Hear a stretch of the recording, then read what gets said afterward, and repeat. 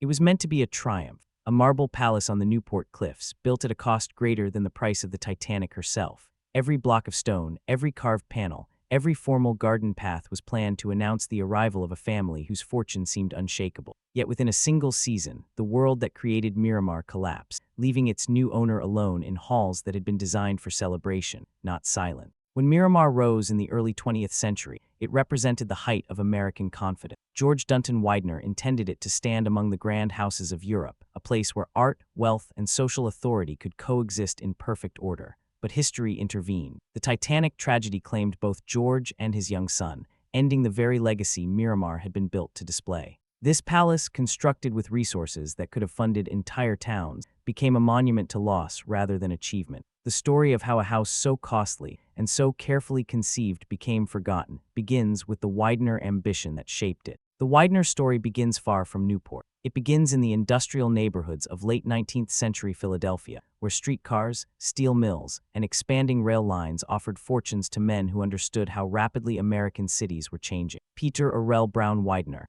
the family patriarch, recognized that the future of transportation would shape the future of American wealth. Through strategic investments in streetcar system, tobacco manufacturing, and later in steel through partnerships with titans like Andrew Carnegie, he built a fortune that ranked among the greatest in the nation. His son, George Widener, inherited not only immense resources, but also a sense of civic responsibility that had defined the family's public role. George served on cultural boards, funded libraries, and supported hospitals. Philadelphia's elite regarded him as a thoughtful leader rather than a mere heir. Yet George also inherited another legacy from his father, a desire to express success through architecture. By the final decades of the 19th century, America's wealthiest families were building seasonal houses that rivaled European palaces. Newport, once a quiet colonial port, had become a stage for architectural competition. Families like the Vanderbilts, the Ulrichs, and the Berwins commissioned homes designed to display unmatched craftsmanship. Entire quarries in Italy, France, and Greece provided stone for these estates, and artisans crossed the Atlantic to carve, polish, and install it.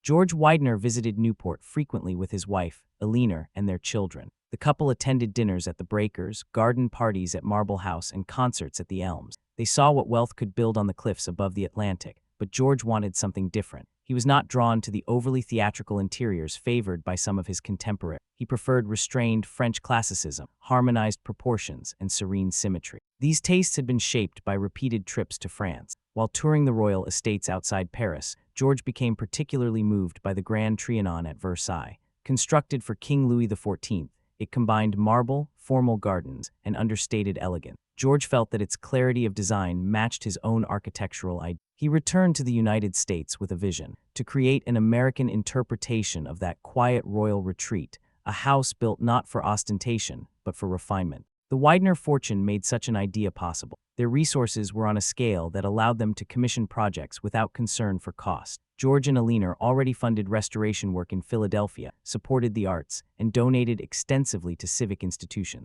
A Newport house would extend that tradition, offering a place for social gatherings that reflected both taste and responsibility. To translate this vision into reality, George turned to Horace Trumbauer, one of the most sought-after architects of the era. Trumbauer specialized in interpreting European forms for American patrons. His work for other Gilded Age families had proven that he understood not only classical proportion, but also modern construction. George respected that combination of scholarship and practicality. The partnership was a natural. Trumbauer proposed a residence of pale stone, balanced facades, and long horizontal lines. It would incorporate marble inside and out, creating a quiet atmosphere rather than an overwhelming one. Gardens would be arranged in formal patterns, echoing the symmetry of the French models George admired. The result would be Miramar, a house that would stand apart from the more theatrical Newport estates by favoring dignity over spectacle. The Widener decision to build in Newport signaled their intention to join a small circle of families whose seasonal homes shaped national conversation. Yet the project also reflected the era's complex relationship between wealth and identity. In the early 20th century, families who had risen through industry sought to demonstrate cultural maturity. Architecture was their chosen medium. Through Miramar, the Wideners expressed an aspiration to connect American prosperity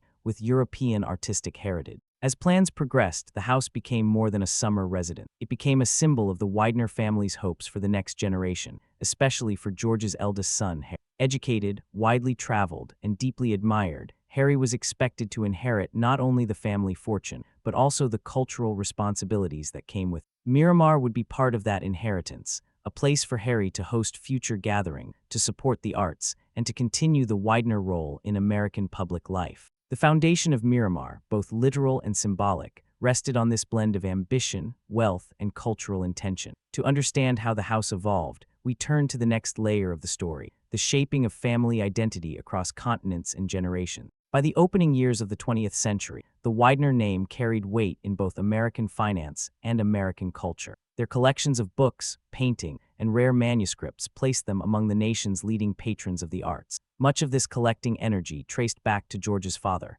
whose interest in preserving artistic heritage had grown alongside his industrial fortune. George had expanded this interest, surrounding his Philadelphia home with works from European masters and supporting museums that sought to educate the public. These cultural commitments shaped the family's identity. They were known not only for the scale of their wealth, but also for their contributions to civic institutions. George believed that art and architecture could elevate society, and he intended Miramar to reflect those values. The house would not simply display prosperity. It would demonstrate respect for craftsmanship, historic precedent, and the study of classical forms. European influence played a central role in shaping this vision. George spent extended periods abroad, examining architectural details that ranged from cornice profiles in Paris townhouse to the rhythms of column spacing at the Trianon. He filled notebooks with sketches and measurements. When he walked through the gardens at Versailles, he paid attention to the way paths aligned with doorways and how sunlight fell across polished stone. These observations were not idle curiosity. They were part of a broader goal to bring enduring European design principles into an American setting. Eleanor Widener shared this interest in refinement, though her perspective was shaped by philanthropy rather than architecture. She supported hospitals, libraries, and educational programs for young women. Her sense of responsibility complemented George's cultural ambition. Together, they represented a model of Gilded Age leadership that sought to balance opulence with public service. The construction of Miramar was woven into this balance. In their minds, a well-designed home could serve both private comfort and community engagement. Newport provided the ideal stage for these aspirations. The city had evolved into a place where architectural creativity reached extraordinary heights. Wealthy families built summer residences that experimented with materials, engineering, and artistic vision. The competition was intense, but it also encouraged innovation. Houses like the Breakers introduced advanced fireproofing. Others showcased new elevator designs, glass production techniques, and electric lighting arrangements. Miramar would join this landscape not by trying to surpass its neighbors in scale, but by excelling in proportion and harmony. Horace Trumbauer welcomed this challenge. He was at the peak of his career, managing commissions that ranged from urban mansions to academic buildings. His office included skilled draftsmen and designers who studied European architecture in depth. For Miramar, Trumbauer recommended a palette of French stones and marbles that would weather gracefully under coastal conditions. He also proposed a layout that allowed formal reception rooms to open onto terraces, blurring the boundary between interior and garden. The Wideners approved the plans quickly, demonstrating their confidence in Trumbauer's expertise. Construction began soon after, employing teams of workers who specialized in stone carving, metalwork, and intricate plaster ceiling design. Shipments arrived from Europe containing columns, fireplace mantels, and decorative panels. The sheer volume of imported material reflected both the ambition of the project and the logistical capabilities of the early 20th century. As Miramar rose from its foundation, the Widener family prepared for a new phase of their social life. They planned gatherings that would bring together cultural leaders, philanthropists, and close friends. Harry Widener showed particular interest in the project. His passion for rare books had already established him as a respected figure among scholars.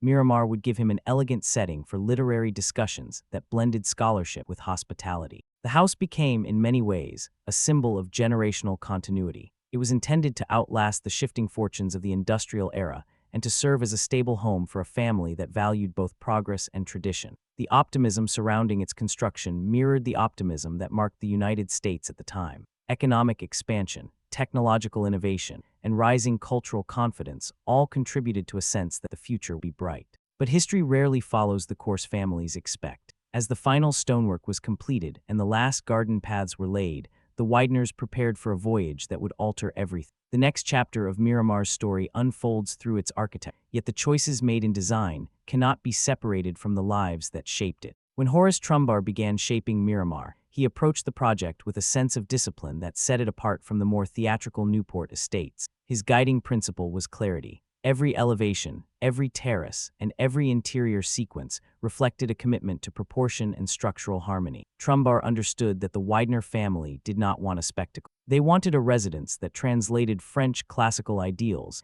into an American context without sacrificing authenticity. The exterior design took direct inspiration from the Grand Trianon. Long, horizontal lines emphasized stability. Windows were arranged in precise rhythms, creating a quiet visual cadence that contrasted with the towering verticality of nearby mansions. The stone chosen for the facade came from French quarries whose color matched the pale surfaces favored by 17th-century architects. Artisans carved moldings on site, ensuring that each profile matched the exact curvature and shadowing found in historical examples. Miramar's gardens were planned as extensions of the architecture, rather than afterthoughts. Paths aligned with doorways to maintain a continuous flow of movement. Terraces framed views toward the ocean, allowing guests to step from formal rooms into open air without visual interruption. Landscape designers incorporated boxwood hedges, gravel walks, and carefully placed reflecting pools that echoed the geometry of French palace grounds. Inside the house, Trumbauer pursued an equally deliberate approach. Rooms were arranged in sequences that balanced formality with comfort.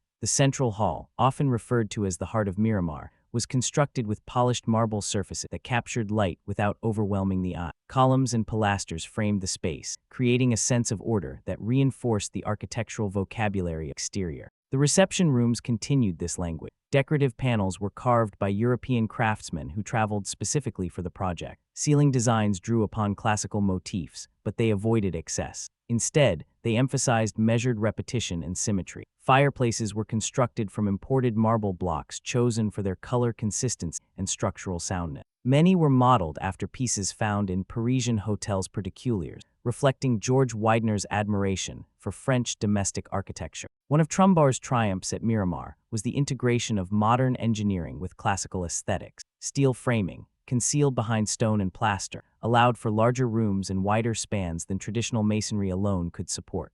Electrical wiring was installed in a way that kept fixtures unobtrusive, preserving the historical character of each interior. Ventilation systems were placed within hidden chases, improving comfort without disrupting design. Miramar's service wing demonstrated similar care. Though separated from the main rooms for privacy, it followed the same structural logic. Corridors were efficiently laid out to support the movement of staff during events. Kitchens included state-of-the-art equipment, and storage areas were built to accommodate large quantities of tableware and linens. These details reflected George Widener's belief that a well-run household required both beauty and practical organization. As the construction advanced, the house became a living demonstration of Trumbauer's ability to blend scholarship with innovation. Visitors who toured the site during its final months commented on the smooth transition from one space to another. Nothing felt abrupt. Every doorway aligned with a view. Every corridor led naturally to its destination. This seamless flow was central to George's vision. Miramar was meant to welcome guests into a world where architecture expressed confidence, cultural awareness, and refined taste. The final phase of work focused on interior furnishing. Carpets, tapestries, and furniture arrived from workshops in Paris and Brussels.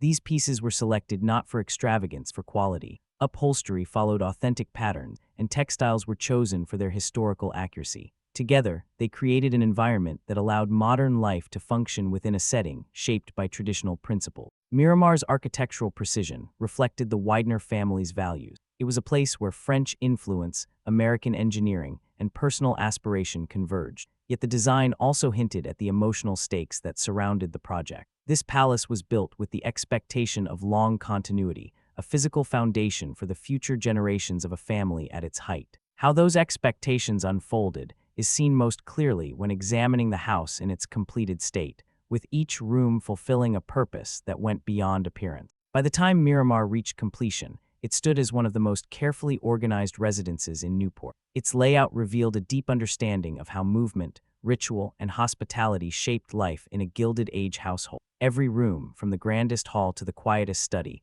contributed to a system of living that balanced ceremony with comfort. The approach to the house set the tone. Visitors entered through a forecourt framed by symmetrical garden walls. This design softened the transition from the public road to the private world within. Once inside, the entrance sequence unfolded with deliberate restraint. Instead of overwhelming guests with excessive ornamentation, Trumbauer used proportion to create a sense of dignity. The entry hall rose to a height that allowed natural light to illuminate the marble floor, highlighting its pale tones without producing glare. The principal rooms extended outward from this central space. The drawing room, one of the most admired interiors in Miramar, displayed the highest level of craftsmanship. Wall panels were carved with fine gilt details, and the furniture reflected the understated luxury of French classical design. Rather than crowding the space, each piece was placed to encourage conversation and ease of movement. The effect was both elegant and inviting, a characteristic that distinguished Miramar from more theatrical Newport mansions.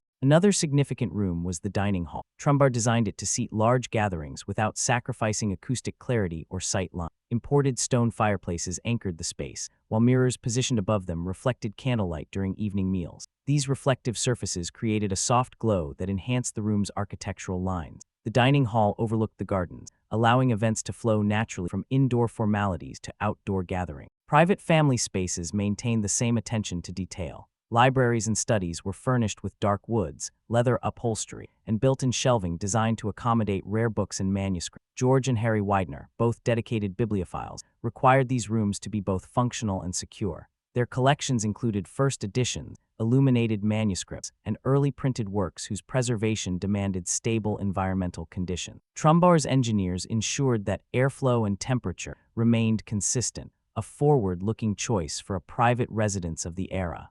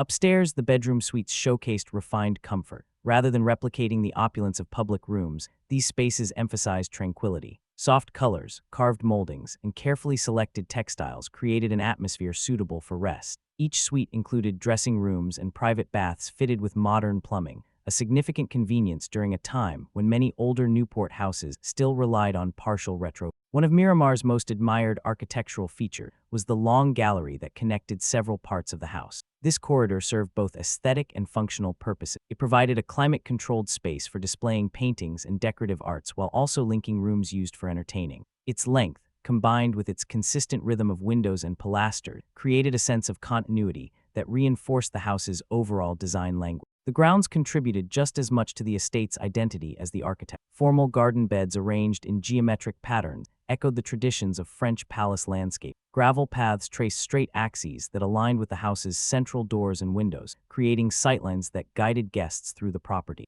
These visual relationships between architecture and landscape were essential to George Widener's vision. He believed that a house should not stand apart from its environment, but work in harmony with technological advancements further elevated Miramar. Central heating systems maintained consistent temperatures throughout the house. Electrical wiring, hidden within walls and ceilings, powered lighting fixtures designed to emulate candle-like warmth. Service corridors allowed staff to move discreetly, ensuring that events proceeded smoothly without disrupting guests. These features reflected early 20th century expectations for comfort and efficiency in elite households. By the time the final furnishings were delivered, Miramar had achieved a level of architectural refinement rarely equaled in Newport. It was a house that looked backward to classical ideals while incorporating the engineering innovations of its own era. Every decision, from the choice of stone to the placement of a window, supported its purpose as a place where art, family, and cultivated living converged. Yet behind this impeccable design lay a more personal significance. Miramar was intended to support the next chapter of the Widener legacy, a legacy represented most clearly by George and Eleanor's eldest son. Understanding that emotional dimension leads naturally to the human story that shaped the estate's meaning. The Widener family approached the completion of Miramar with a sense of anticipation that extended far beyond architecture. The house represented continuity for a family that had risen rapidly through industry, but had grounded that success in public service, philanthropy, and cultural stewardship. At the center of this continuity stood Harry Elkins Widener, George and Eleanor's eldest son. Harry was known in both American and European circles not for extravagance but for intellect. He was a dedicated collector of rare books, a student of bibliography, and a young man whose quiet manner and deep curiosity earned him respect well beyond his years. Scholars at Harvard admired his seriousness. Book dealers welcomed his discerning eye. His collection, though still young, already included volumes of remarkable importance. With Miramar nearing completion, George and Eleanor envisioned it as a setting where Harry's interests could flourish. The quiet architecture suited his reflective habits. The planned library would house his growing collection. Garden paths offered space for conversation and thought. In many ways, the estate was shaped to support the life he was expected to lead, a life of scholarship matched with social responsibility, grounded in the family's belief that wealth should advance learning. In the spring of 1912, the Wideners prepared to travel abroad. The purpose of the trip was partly leisure, partly cultural. Harry intended to acquire new volumes for his collection, while George had meetings related to art and philanthropy. Their European travels had become routine. The family held strong connections with dealers, museum officials, and architectural historians across the Atlantic. In April, the Wideners received invitations to return to the United States aboard a vessel that was gathering enormous public interest, the Titanic. Its size, engineering, and appointments drew international attention. For families accustomed to transatlantic travel, the new ship offered comfort combined with speed. George and Eleanor accepted passage. Harry joined them. They did not travel for display or for ceremony. For them, the voyage was simply a convenient return home. Historical records describe their conduct aboard the ship as gracious and composed. Journalists later noted that the Wideners hosted a dinner attended by the captain during the final eve. The family moved easily among passengers, sharing stories from their European travels and discussing plans for the coming season in Newport. Miramar was scheduled to open soon after their return. Furnishings had already arrived. Preparations for the family's first summer in the house were underway. Then came the night of the sinking. Testimony from survivors provides the clearest available picture. When the Titanic struck ice, George Widener responded calmly. He assisted other passengers and encouraged those near him to reach lifeboats. Eleanor was guided to safety by crew members. Harry remained with his father. Their final moments are known only through fragments of witness accounts. Some recalled seeing them standing together near the deck railing. Others believed they moved toward the ship's library, where they had spent considerable time during the voyage. Neither George nor Harry survived. Their loss reverberated through Philadelphia, Boston, and Newport. Newspapers across the country reported the tragedy in solemn detail, often citing the family's civic and philanthropic contribution. But for Eleanor, the devastation was personal and irreparable. She returned to the United States carrying not only the weight of public sympathy, but also the responsibility of continuing a legacy suddenly interrupted. The timing made the tragedy even more poignant. Miramar was nearly ready for occupancy. Rooms had been furnished, gardens had been planted, architectural work had concluded after years of planning and careful labor. Everything stood prepared for a family that would no longer gather there. The house that was meant to support the future had become an emblem of what had been lost. Eleanor faced decisions that reflected both grief and determination. She chose not to abandon Miramar. Instead, she completed the estate in honor of her son and husband. She continued philanthropic initiatives that had defined their lives, most notably the creation of the Harry Elkins Widener Memorial Library at Harvard, funded to preserve her son's passion for rare books and to support future generations of scholars. That library, built with the same seriousness of purpose that shaped Miramar, marked one of the most enduring cultural contributions of the Widener family. Yet even with these efforts, Miramar held a unique place in Eleanor's experience of loss. The estate represented a life paused at its moment of greatest promise. Its grand rooms, designed for gatherings and celebrations, now carried a quieter role. The house became a refuge, a place where memory shaped daily routine. Those who visited in the years after the tragedy remarked on its beauty, but also on the subdued atmosphere that surrounded it. The architecture remained magnificent, but its meaning had changed. The emotional weight carried by Miramar would influence all that followed. To understand the estate's later history, it is necessary to explore how the Widener legacy evolved after this turning point, and how the house became intertwined with the broader shifts of a changing nation. By the early 1930s, Miramar had become a paradox. It was one of the most beautiful estates in Newport, yet one of the least lived in. Eleanor Widener Dixon visited only occasionally, and each year the house seemed to echo a little more. Staff apartments were closed. Stables that once housed blooded horses now sheltered dust. The formal gardens, once clipped with military precision, softened at the edges. A single summer storm could undo weeks of work, because there were no longer enough gardeners to keep nature at bay. Newport itself was changing. The era of grand entertainments was ending as taxes rose, fortunes shrank, and America's wealthy families abandoned their enormous cottages for smaller, more practical homes. Miramar, with its massive scale and heavy European grandeur, felt out of step with the new tone of the country. Even the neighbors whispered that it was too big, too quiet, too frozen in the past. By the time Eleanor's heirs inherited it, the once vibrant estate had become a responsibility no one wanted. Its vast rooms and empty corridors reflected both the passing of a family legacy and the fading of an age. When Miramar was finally placed on the market, the listing felt almost surreal. Here was a palace built with Parisian marble, crowned with hand-carved ceilings, and filled with the finest European craftsmen, yet buyers approached it with hesitation. Maintaining Miramar required wealth on a scale that no longer made sense in a country recovering from economic strain. Even among Newport's old family, the estate seemed like a relic from a vanished world. The first serious offers focused not on preserving the house, but on the land beneath it. Developers saw acreage, not architecture. Preservationists pleaded for a buyer with vision, but the carrying costs alone frightened most prospects away. As the months passed, Miramar's interiors were gradually auctioned. Flemish tapestries, French chandeliers, gilded mirrors, and custom-carved panels left the estate in quiet procession, scattered to private homes and collectors around the world. Each crate that rolled down the drive carried away a piece of Widener history. By the time the doors finally closed, Miramar stood stripped of much of what had once defined it. The house that had symbolized ambition, tragedy, and elegance was left vulnerable to time, its story lingering only in memory and in the fragments that survived elsewhere. Miramar survives, but not in the form George Widener intended. The estate was eventually purchased and restored by owners who recognized its quiet importance, breathing life back into a house that had almost slipped into oblivion. The great halls were reopened, the gardens reshaped, and the long-closed rooms once again filled with light.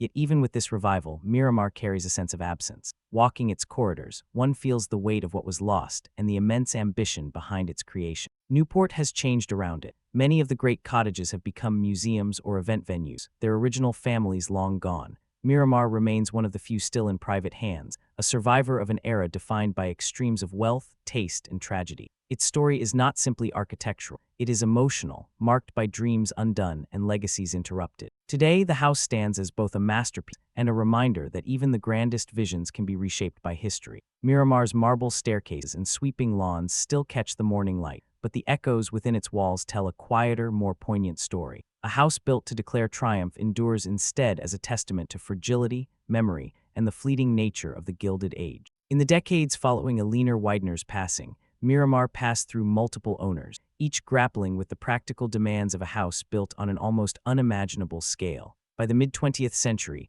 many Newport estates had been lost to demolition or neglected decay, yet Miramar survived. Its preservation owed much to the recognition of historians, architects, and private collectors who understood its significance as a rare example of American interpretation of French classical design. Efforts to protect the house began quietly. Early preservationists documented its architectural features, photographing carved moldings, marble staircases, and formal gardens. These records became invaluable, guiding restoration decades later. Historical societies encouraged new owners to retain original elements, while private foundations offered modest financial support to ensure the house's structural integrity. By the 1970s, renewed interest in Gilded Age architecture had begun to sweep across Newport. Scholars and enthusiasts, inspired by exhibitions and publications on breakers and marble house, turned attention to the lesser-known estates. Miramar's understated elegance, once overshadowed by more theatrical neighbors, began to attract appreciation. Historians emphasized its architectural fidelity, noting Trumbauer's ability to combine European form with modern construction. Restoration projects focused first on structural concerns. Coastal storms had eroded portions of the foundation, and years of limited maintenance had caused leaks in roof and terraces. Conservation architects stabilized the marble facades and reinforced interior floors. Skilled artisans were brought in to repair plasterwork, recarve damaged paneling, and restore stone balustrade. Every effort aimed to preserve authenticity rather than impose modern interpretation. Simultaneously, interior restoration began. Furniture removed decades earlier was tracked down, some pieces returning from private collection, others substituted with faithful reproduction. Carpets, draperies, and tapestries were chosen to match original colors and texture, guided by photographs, invoices, and archival correspondence. This painstaking process allowed visitors to experience the home as the Wideners intended, without exaggerating or romanticizing its history. The gardens required a separate approach. With the original hedges overgrown and formal beds lost, landscape historians consulted period photographs and garden plans. Boxwood was replanted in geometric forms, reflecting pools cleaned and refilled, and gravel walks restored to their original alignment. The objective was to reestablish the visual and spatial harmony that had been central to Trumbauer's design philosophy. Miramar's revival was also symbolic. Its story illustrated the tension between memory and preservation, demonstrating how historical understanding could guide architectural conservation. By returning the house to its original condition as closely as possible, modern custodians preserved both its physical and cultural legacy. The estate became a site for scholars, architects, and visitors who sought to understand the Gilded Age beyond the most famous mansion. As these efforts progressed, Miramar began to reemerge as a cultural touchstone. Its story, marked by wealth, tragedy, and careful craftsmanship, offered lessons not only in architecture but also in human ambition and impermanence. While it could never replicate the full social vibrancy of its original inhabitants, the house's restored spaces allowed history to speak, inviting observers to consider the lives and aspiration that shaped it. The next stage of this narrative focuses on how Miramar continues to echo in contemporary culture, both as an architectural landmark and as a reminder of the human stories embedded within its walls. The modern revival of Miramar has extended beyond physical restoration. Scholars and historians have increasingly highlighted the estate in studies of Gilded Age culture, emphasizing not merely the house's architectural significance, but also the narrative of ambition, tragedy, and survival it represents. Unlike some Newport mansions, Miramar was never widely publicized during its decline, making its rediscovery all the more significant. In recent decades, private owners and foundations have collaborated to ensure the house remains both preserved and respected. Historic documentation, letters, invoices, and photographs guided each decision, from repairing stone facades to reinstalling period-appropriate lighting. Conservators took extraordinary care with details such as carved fireplace mantels and marble staircases, using archival records to replicate elements where originals had been lost. Even minor adjustments, such as window framing or garden alignment, were guided by Trumbauer's original principle. Miramar also serves as an educational case study. Architectural students analyze the house to understand the interplay between European inspiration and American innovation. Preservationists examine its decades of neglect and recovery to draw lessons about sustainability in large-scale historic homes. Its gardens, reconstructed to reflect original layouts, provide insight into period landscaping practice and the way architecture and environment were conceived as integrated systems. Public interest has been carefully managed. Miramar is not a museum in the conventional sense. It remains privately owned, yet selective tour and scholarly access allow a broader audience to witness the home's artistry. Visitors are encouraged to consider both the aesthetic achievement and the human stories woven through its walls. The estate has become a tangible link between contemporary audiences and the social, economic, and cultural fabric of early 20th century Newport. The story of Miramar also illustrates how architecture functions as a repository of memory. While the Widener family could not foresee tragedy, their choices in design, materials, and layout inadvertently preserved a record of their lives, aspirations, and losses. Marble floors, carved moldings, and formal gardens are more than decorative. They are evidence of values, intent, and ambition.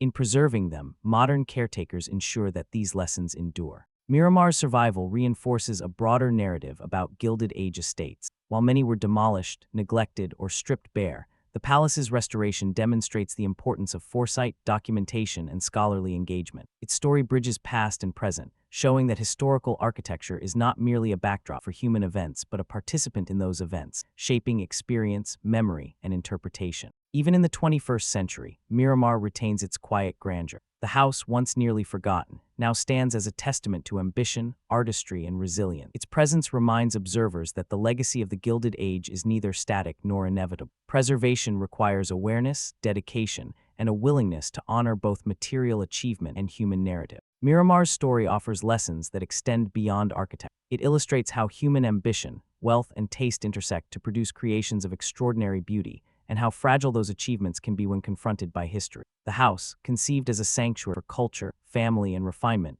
became a silent witness to tragedy, demonstrating that even the most carefully planned legacies are vulnerable to unforeseen events. Yet the survival and restoration of Miramar highlight the power of preservation. Through careful documentation, scholarly attention, and dedicated craftsmen, a nearly lost palace was returned to its original dignity. Visitors today walk through spaces designed over a century, experiencing the same proportions, materials, and aesthetic principles envisioned by George Widener and Horace Trumbauer. In doing so, they encounter history not as abstract fact, but as lived experience shaped by human aspiration and effort. Miramar also prompts reflection on the broader Gilded Age. It exemplifies the ambitions of families who sought to combine wealth with culture, the interplay of European influence and American innovation, and the ephemeral nature of social prominence. Its quiet corridors, polished marble, and carefully aligned gardens are reminders that history is constructed as much by human stories as by stone and design. Ultimately, Miramar encourages curiosity, reflection, and respect for heritage. It invites us to consider not only what was achieved,